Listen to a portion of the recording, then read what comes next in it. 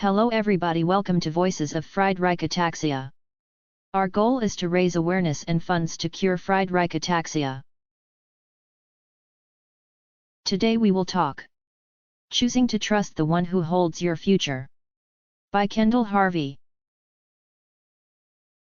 At Fearless Mom, you will often hear, I don't know what my future holds, but I know who holds my future. The who being our good, gracious, compassionate, intentional, and loving God. I often repeat that mantra and pray over it. I choose to surrender my fearful anxiety to God daily. Sometimes I have to remind myself hourly.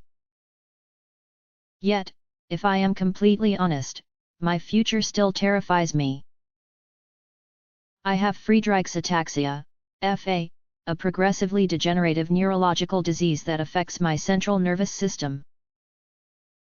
Bit by bit, I get a buildup of damaged cells that cause my balance, coordination, speech, energy, and muscles to get worse over time. As an FA patient, I, unfortunately, know what my unavoidable future holds, at least physically. And that affects me emotionally, spiritually, and relationally. Seeing my body become increasingly disabled despite all my efforts to curb my symptom progression is devastating. What started as unexplained incoordination and uncharacteristic falls during co-ed sand volleyball as a newlywed has progressed to the point that I use a walker full-time to account for my poor balance and coordination. My walker doesn't make walking easier, but it keeps me walking safely and independently for now.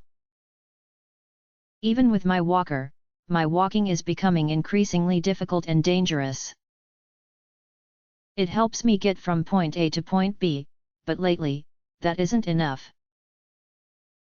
I am struggling to get off of the ground after playing with my children, cross thresholds or small steps, get out of the car, and walk 5 or so steps to my trunk to get my walker, and I struggle to get up out of chairs. The part of my future that terrifies me is being disabled to the point where I am confined to a wheelchair. Judging by my rate of progression so far, I will likely be dependent on a wheelchair within 5 years. Yet, in light of my recent mobility struggles, one thought that kept haunting my mind was maybe being in a wheelchair won't be so bad. I'll be safer and not as tired. But, boy, was I wrong. I fell over Labor Day weekend and fractured a bone in my foot. As I am not coordinated enough for crutches, that means that I am to recover while in a wheelchair.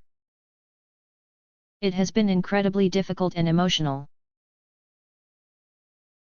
Since I know that a wheelchair is an inevitable part of my future, I am trying to accept this bump in the road gracefully. I am trying to tell myself that God is allowing me to see that life in a wheelchair doesn't equal the end. But I am having a hard time not stressing about the unfairness of my future and the inevitable impact it will have on my abilities. This time of emotional and spiritual turmoil has me thinking about my future a lot. I am reminded of the days and weeks after my FA diagnosis in 2013. I thought that my future had been taken from me. I spent countless nights crying myself to sleep, mourning for the children I would never get to have with my husband, Kyle.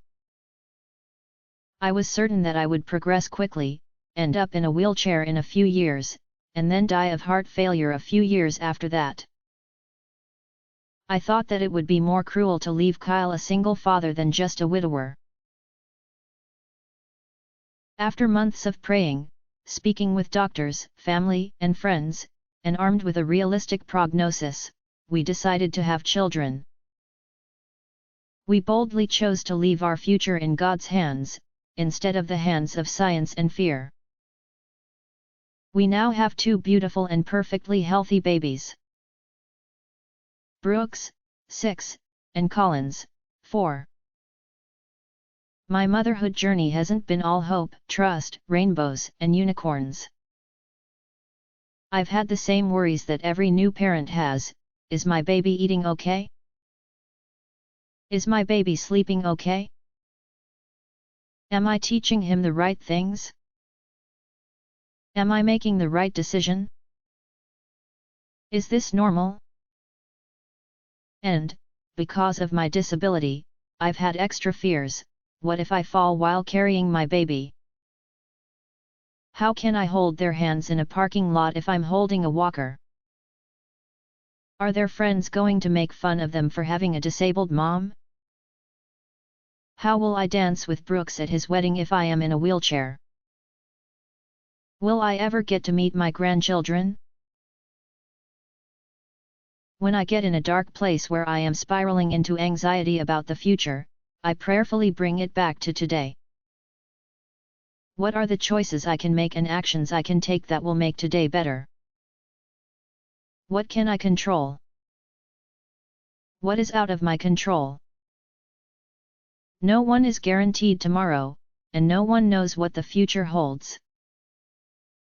All we can do is our best, and let God take care of the rest. Surrendering my fears and worries to God, be it willingly, out of desperation, or because I truly had no other choice, has worked out amazingly. God has shown up for me time and time again. In His merciful goodness, I've been blessed to live an amazing life, despite my disability. Time and time again, He has shown me that I can trust Him with my fears and worries, so why should I doubt Him now? Kendall Harvey is also an FA patient and this information was taken from Team Kendall with their permission. The link is provided in description.